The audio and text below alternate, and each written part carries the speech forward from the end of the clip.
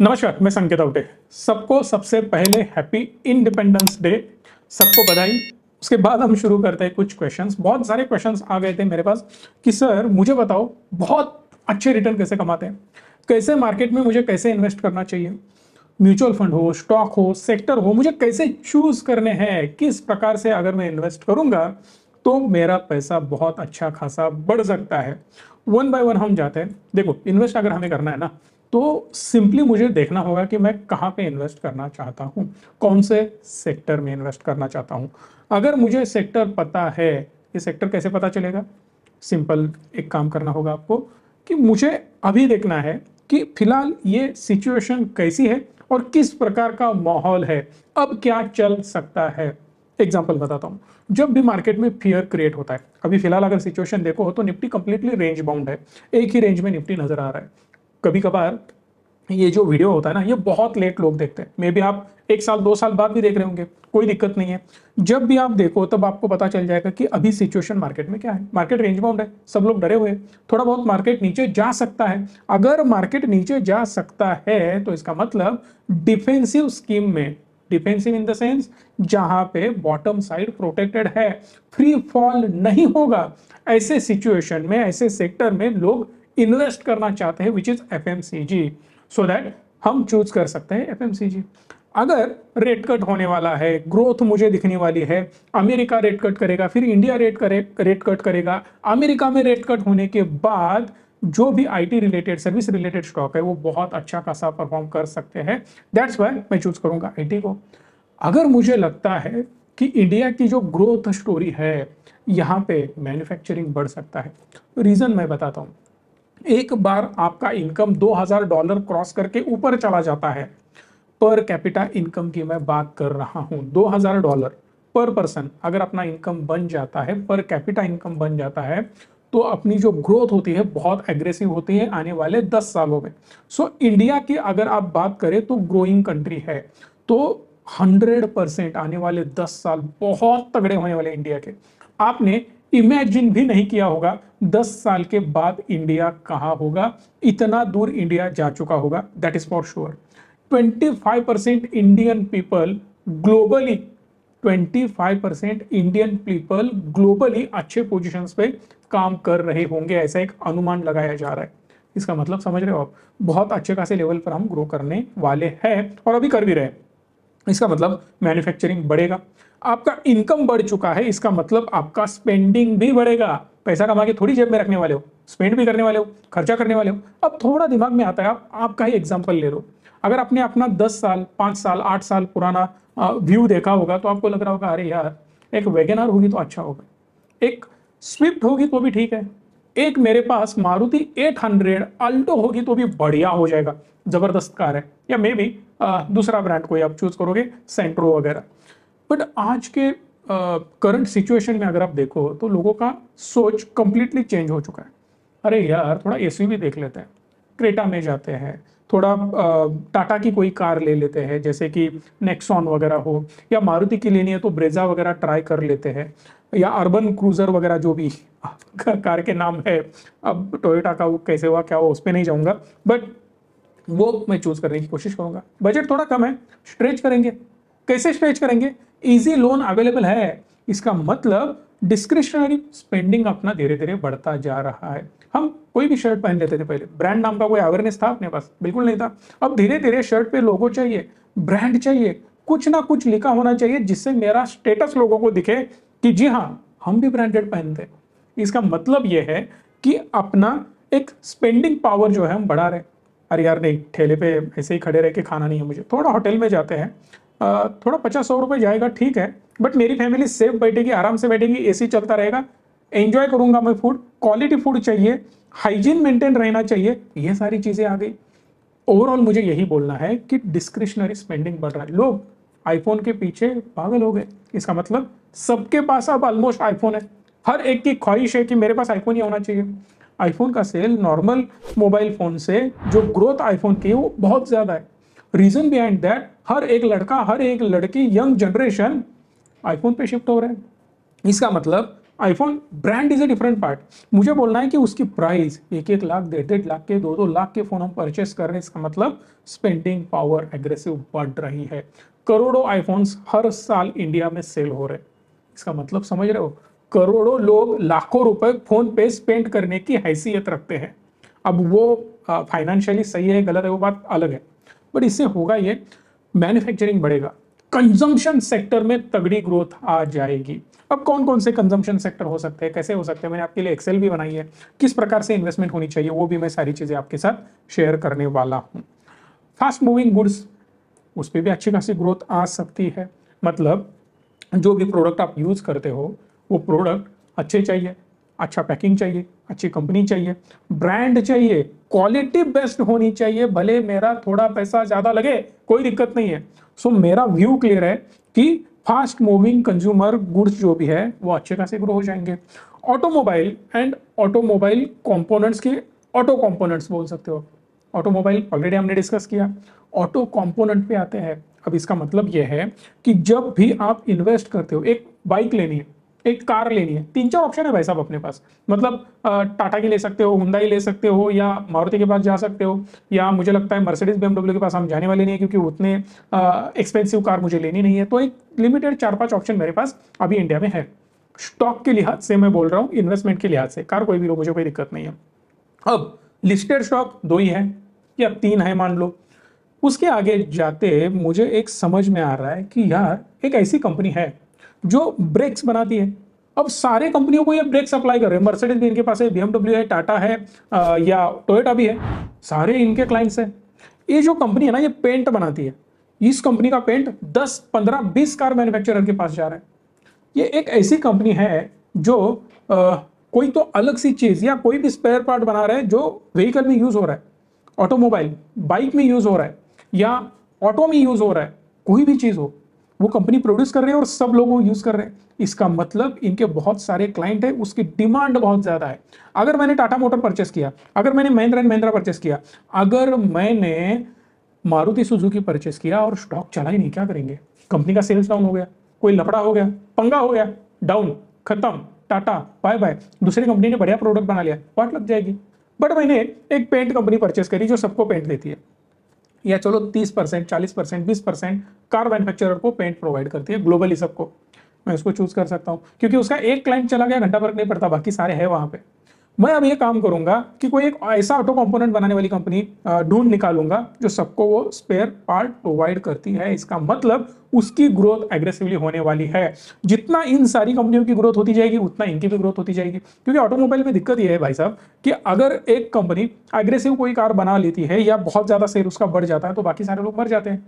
अभी एक एग्जाम्पल ले लो ईवी का। ईवी का किंग कौन है? टाटा मोटर किंग है, बाकी लोगों ने बनाया ही नहीं। अब करेंगे क्या? उनकी गाड़ी इतनी ज्यादा सेल नहीं होती है। महिंद्रा की नहीं है इलेक्ट्रिक व्हीकल, ऑब्वियसली है। हुंडई की नहीं है, 100% है, बट सबका मिला के जितना सेल नहीं होता उनके 10 गुना सेल अकेला टाटा कर लेता। इसका मतलब यही है कि एक सेगमेंट में अगर एक कोई किंग बन जाता है तो कुछ लोगों को उसके साथ मैच करने में बहुत ज्यादा दिक्कत आ जाती है। ये एक प्रॉब्लम हो गया, इसीलिए मैं ऑटो कंपोनेंट्स बनाने वाली कंपनी के ऊपर फोकस कर सकता हूं। कंज्यूमर सर्विसेज, ये भी सेक्टर बहुत ज्यादा ग्रोइंग है, इसके ऊपर भी अपना ध्यान होना चाहिए। कंज्यूमर ड्यूरेबल, उसके ऊपर भी आप ध्यान दे सकते हो। टेलीकम्युनिकेशन, बताने की जरूरत नहीं है, टेलीकम्युनिकेशन है नहीं तो हम जिंदा नहीं रह सकते।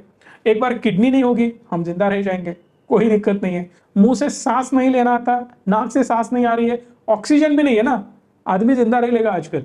बट मोबाइल नहीं है, टेलीफोन नहीं है, नहीं जिंदा रह सकता, सांस घुटने लगती है, सही है ना। सो यहाँ पे हमें थोड़ा ध्यान देना होगा कि एक ऐसे स्टॉक्स जहां पे टेलीकम्युनिकेशन रिलेटेड काम हो रहे। अब आप बोलोगे कि चलो यार फिर एयरटेल है, जियो है, गलत फैमिली आपकी। ये दोनों स्टॉक को सर्विसेज देने वाले बहुत सारे स्टॉक हैं। अब जानबूझ के मैं कोई स्टॉक रिकमेंड नहीं करूंगा, आपको एक काम करना है, आपके फेवरेट इन सब में से कोई भी स्टॉक्स हो कमेंट बॉक्स में बताना है ताकि बाकी सारे लोगों को पता चले। मैंने ऑलरेडी कई वीडियो बना रखे हैं अलग अलग इन सेक्टर के अलग अलग स्टॉक्स के ऊपर, जाके आप देख सकते हो। ये थोड़ा जनरल वीडियो होने वाला है। हेल्थ केयर जबरदस्त डिमांड रहने वाली है क्योंकि अपनी लाइफस्टाइल बदल रही है, स्पेंडिंग पावर बदल रही है। हम क्या कर रहे हैं ना कि अभी जो इशू चल रहा है हेल्थ का, वो हम सीधा बड़े बड़े हॉस्पिटल्स और बड़े बड़े कंसल्टेंट से कंसल्टिंग लेने की कोशिश कर रहे हैं। अरे यार नहीं, मुझे तो एमडी के पास जाना है, जाने दो यार, 1000 रुपए, रिस्क नहीं लेनी है। अरे कोविड हो गया, क्या करेंगे, अरे ये गैंग्रीन हुआ, ये हुआ, वो हुआ, मुझे रिस्क ही नहीं चाहिए। सबके हेल्थ इंश्योरेंस है। अब हेल्थ इंश्योरेंस है तो भाई साहब खुला छुट्टा खर्चा नहीं करना है मुझे, बड़े डॉक्टर के पास जाना है। क्यों? मेरी इंश्योरेंस कंपनी स्पेंड करने वाली है। इस मकसद से जब हम जा रहे हैं ना अभी, तो हेल्थ केयर में स्पेंडिंग तगड़ा हो रहा है। अब हॉस्पिटल में जाओगे, हॉस्पिटल वाला क्या सोचता है, अरे यार इसको तो हम अब एक काम कर ही लेते हैं, आया ही है, हेल्थ इंश्योरेंस भी है, 20,000 का बिल 40,000 बना देते हैं। ये भी चल रहा है, सब जगह ऐसे होता है, मैं बिल्कुल नहीं बोल रहा हूँ, कई जगह ये चीज़ें होती है। सब डॉक्टर्स खराब नहीं होते, ये भी ध्यान रखना। पावर सेगमेंट में जाओ, पावर की डिमांड तूफान बढ़ रही है। मतलब अब इलेक्ट्रिक व्हीकल भी आ रही है, पावर की प्राइसेस बढ़ रही है। अब जितना ज़्यादा आप पावर को यूटिलाइज करोगे उतना ज़्यादा प्रोडक्शन की डिमांड बढ़ती जाएगी। अब पावर का प्रोडक्शन करना एक बहुत ज़्यादा लिमिटेड व्यू बोल सकते हो, या बहुत ज़्यादा लिमिटेशंस है वहाँ पे। इसीलिए पावर जो भी बनेगी ना, उसकी डिमांड तूफान रहने वाली है, बहुत ज़्यादा पावर की डिमांड रहने वाली है। अब पावर में क्या आता है, आपको क्या लग रहा है, सिर्फ टाटा पावर, अदानी पावर दो स्टॉक हो गए? बिल्कुल नहीं, आप गलत हो। उनके लिए वायरिंग लगता है, उनके लिए टॉवर्स लगते हैं, उनके लिए स्पेयर पार्ट्स लगते हैं, उनके लिए बहुत बड़े बड़े पैनल्स लगते हैं। उसके साथ साथ एक ट्रांसफॉर्मर भी जरूरी होता है। ट्रांसफॉर्मर के कई स्टॉक रॉकेट बन चुके हैं। सो ये भी आपको आगे जाके देखना है। रियल्टी, रियल्टी मतलब आप बोल सकते हो जो भी हम कंस्ट्रक्शन करते हैं, मेरा घर है, फ्लैट है, बड़ी बड़ी बिल्डिंग्स है, सबकी डिमांड बहुत ज़्यादा बढ़ने वाली है। क्योंकि इंडिया की जो ग्रोथ स्टोरी है ना, ये भाई साहब रुकने का नाम नहीं लेने वाली। सो दैट ये अलग अलग सेक्टर जहां पे आपको कन्विक्शन लगता है उठा लो। अब एक सिंपल एग्जांपल बता देता हूँ, किसी के दिमाग में भी नहीं आएगा। क्या आपने सोचा है, अगर मैं घर बांध रहा हूँ, क्या चाहिए मुझे, आप बोलोगे सीमेंट चाहिए, अल्ट्राटेक, एसीसी, अंबुजा वगैरह, ये है, ठीक है। उसके आगे जाके बोलता हूँ, लैमिनेट के बारे में कभी सोचा है आपको? आपका जो भी प्लाईवुड है, प्लाई के बारे में कभी सोचा है? इनकी भी कंपनियां हैं, लैमिनेट्स की भी कंपनियां हैं जो एग्रेसिव रिटर्न देती है। उसके ऊपर थोड़ा अपना फोकस होना चाहिए, क्योंकि भेड़ चाल में चलते जाओगे मजा नहीं है। थोड़ा हट के हमें काम करना होगा, अलग अलग स्टॉक, अलग अलग बिजनेस चूज करने होंगे। क्योंकि अभी फिलहाल क्या चल रहा है, कोई भी आता है निफ्टी 50 में परचेस करके चला जाता है, small cap, mid cap, large cap, नहीं होगा। थोड़ा आपका सोच अलग हो जाएगा ना, तगड़ा पैसा कमा लोगे। अब सीधा मैं आपको ले चलता हूं मेरे एक्सेल के ऊपर। अगर मेरे एक्सेल शीट देखोगे यहाँ पे तो आपको पता चल जाएगा कि रिटर्न कितना चाहिए। भाई साहब समझो मुझे 15% रिटर्न मिल रहा है, कोई दिक्कत नहीं है। हर महीना में 10,000 इन्वेस्ट कर सकता हूँ, SIP कर सकता हूँ। अगर आपको हमारी हेल्प चाहिए, इस नंबर को कॉल कर सकते हो, सारी हेल्प हम कर देंगे। 10,000 में अगर इन्वेस्ट करता हूँ तो 20 साल के बाद ये सीधा 1,51,00,000 रुपए हो जाता है। इसका मतलब 1.5 करोड़ के आसपास ये अमाउंट बन गई है। बट 1.5 करोड़ का और 1.5 करोड़ मतलब 3 करोड़ होने में कितना टाइम चाहिए? और 20 साल चाहिए? बिल्कुल नहीं चाहिए भाई साहब। वो जो भी है ना आगे, ये देखो यहां से सिर्फ 5 साल में पैसा डबल हो चुका है। इतनी तगड़ी ब्यूटी होती है लॉन्ग टर्म इन्वेस्टिंग की। अब यहाँ पे और एक मजेदार चीज मैं आपको बताना चाहता हूँ, क्या कर सकते हैं। अभी फिलहाल आपको क्या लग रहा है, मार्केट में थोड़ा अनसर्टेनिटी नजर आ रही है। इसका मतलब मार्केट ऊपर जा रहा है, नीचे जा रहा है, कुछ भी हो सकता है। इसके लिए बेस्ट ऑप्शन है अपने पास STP, सिस्टमैटिक ट्रांसफर प्लान। अब ये कैसे वर्क होता है, एक सिंपल मैं आंकड़े यहाँ पे टाइप करके आपको दिखा देता हूँ। समझो मेरे पास है 1,00,000 रुपया, मतलब 1 2 3 4 5, ये हुए मेरे 1,00,000। अगर मैं 1,00,000 इन्वेस्ट करना चाहता हूँ तो मैं किस प्रकार से कर सकता हूँ? ये मुझे इन्वेस्ट करना है टोटल 60 डेज में, क्योंकि 2 महीना मार्केट कुछ भी कर सकता है, ऐसे मुझे लग रहा है। आपको क्या लगता है, आई डोंट नो। किसी को लगेगा यार 90 डेज, 3 महीना मार्केट ऐसे ही ऊपर नीचे करता रहेगा। हाँ ठीक है, अब मैं इस अमाउंट को 90 डेज से डिवाइड करने वाला हूं। आंसर आएगा 1,111, राउंड फिगर पकड़ लो यार, 1,100 रुपए मैं हर दिन STP लगा देता हूं। अब ये कैसे वर्क होता है ये भी बता देता हूं। समझो 1,00,000 है, किसी के 10 लाख होंगे, किसी के 1 करोड़ होंगे। चलो मैंने इसको 10 लाख किया, 11,000 आंसर आया। सो मैं हर दिन 11,000 ट्रांसफर करूंगा। आप बोलोगे भाई UPI पकड़ के बैठ जाऊं, जरूरत नहीं है। इसीलिए इसको बोलते हैं STP। अब ये जब STP करूंगा, सिंपल फंडा है, सिस्टमेटिक ट्रांसफर प्लान। एक बार मैं ये सारा पैसा डेट फंड में पार्क कर दूंगा ना, तो डेट फंड से डेली ऑटोमेटिकली ट्रांसफर होता रहेगा 11,000। जब तक मेरे 10 लाख खत्म नहीं होते, रोज उसमें से उठा के मेरे 11,000 इक्विटी स्कीम में ट्रांसफर हो जाएंगे। अब ऐसा क्यों करना है, समझो मार्केट गिर रहा है, डेट फंड का तो मेरा पैसा डूबेगा ही नहीं भाई साहब, मतलब नीचे जाएगा ही नहीं। क्यों नहीं जाएगा? रीजन बिहाइंड दैट, वो डेट फंड है, उसको फिक्स रिटर्न मिलेंगे। मार्केट ऊपर जाएगा, वो एग्रेसिवली बढ़ेगा नहीं, उसको जो भी 6% 7% रिटर्न है उतने ही मिलने वाले हैं। सो बेटर वे ये है कि वहां पे मैंने पार्क कर दिया, एफडी जैसे रिटर्न मुझे मिल रहे हैं, फिक्स डिपॉजिट जैसे। अब मैंने डेली ट्रांसफर लगा दिया। होता यह है, 1 महीने के बाद बहुत ज्यादा मार्केट गिर गया, अब इससे तो गिरेगा ना ऐसे मुझे लग रहा है। मेरे पास ऑप्शन है ना भाई साहब, जो भी बचा है, अब 10 लाख में से समझो 2-3 लाख मेरा ट्रांसफर हो चुका है, बचा है 6-7 लाख रुपए। सीधा 6-7 लाख उठा के मैं बॉटम में डंप कर सकता हूं, मेरा बॉटम में एवरेज हो गया। समझ रहे हो?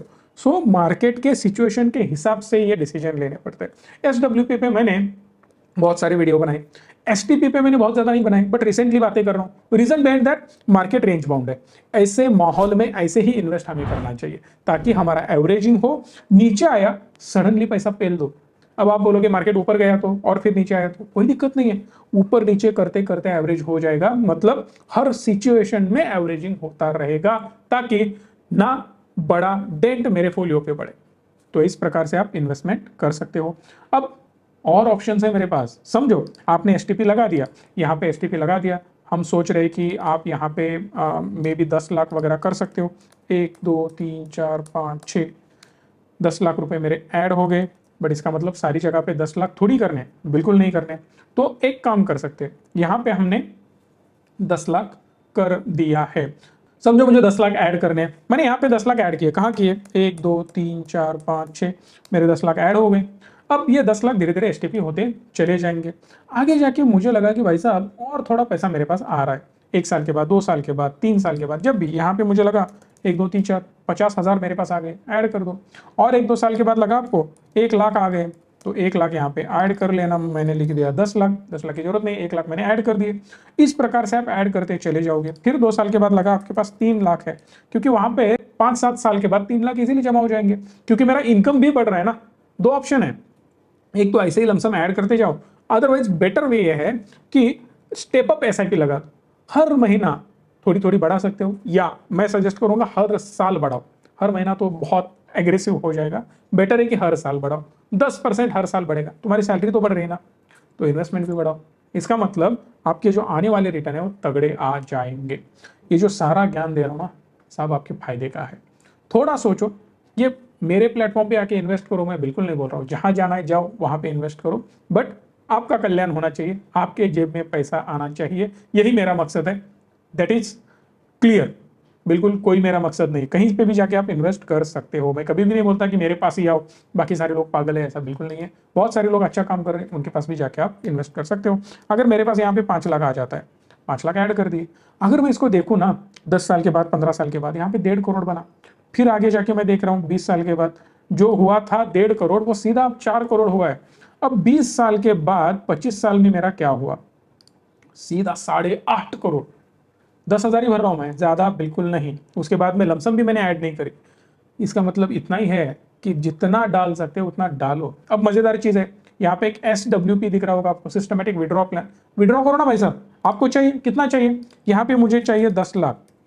10 लाख विड्रॉ करो, यहाँ से माइनस हो जाएगा 66 से यहाँ पे 65 हो गया, कोई दिक्कत नहीं है।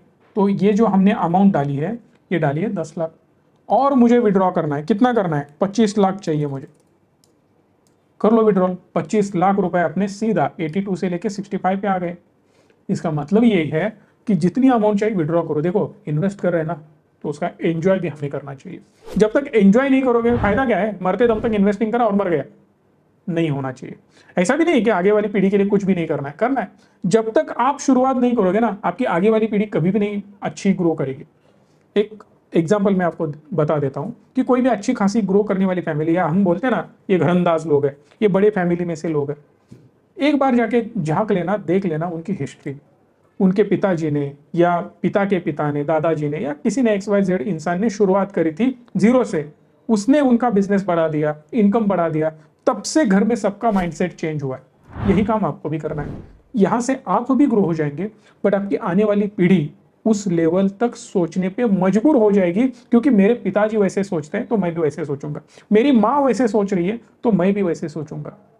अब जिस प्रकार से मैं बातें करता हूँ, जिस प्रकार से मैं पैसे को देखता हूँ, जो मेरी सोच है वो मेरी बेटी में डेवलप हो चुकी है, अब वो भी वैसे ही सोचती है। तो इस प्रकार से आप खुद को डेवलप कर सकते हो, आपकी आने वाली पीढ़ी को भी डेवलप कर सकते हो। थोड़ा वीडियो बड़ा है, बट मैं एक्सपेक्ट करता हूँ ये सारे लोगों के साथ आप शेयर करना, क्योंकि सबकी ग्रोथ हो और सब लोग अच्छे खुशहाल रहे, यही हमारा मकसद है। वीडियो को शेयर करना, लाइक करना और चैनल को सब्सक्राइब भी करना। धन्यवाद। Stay tune and stay positive.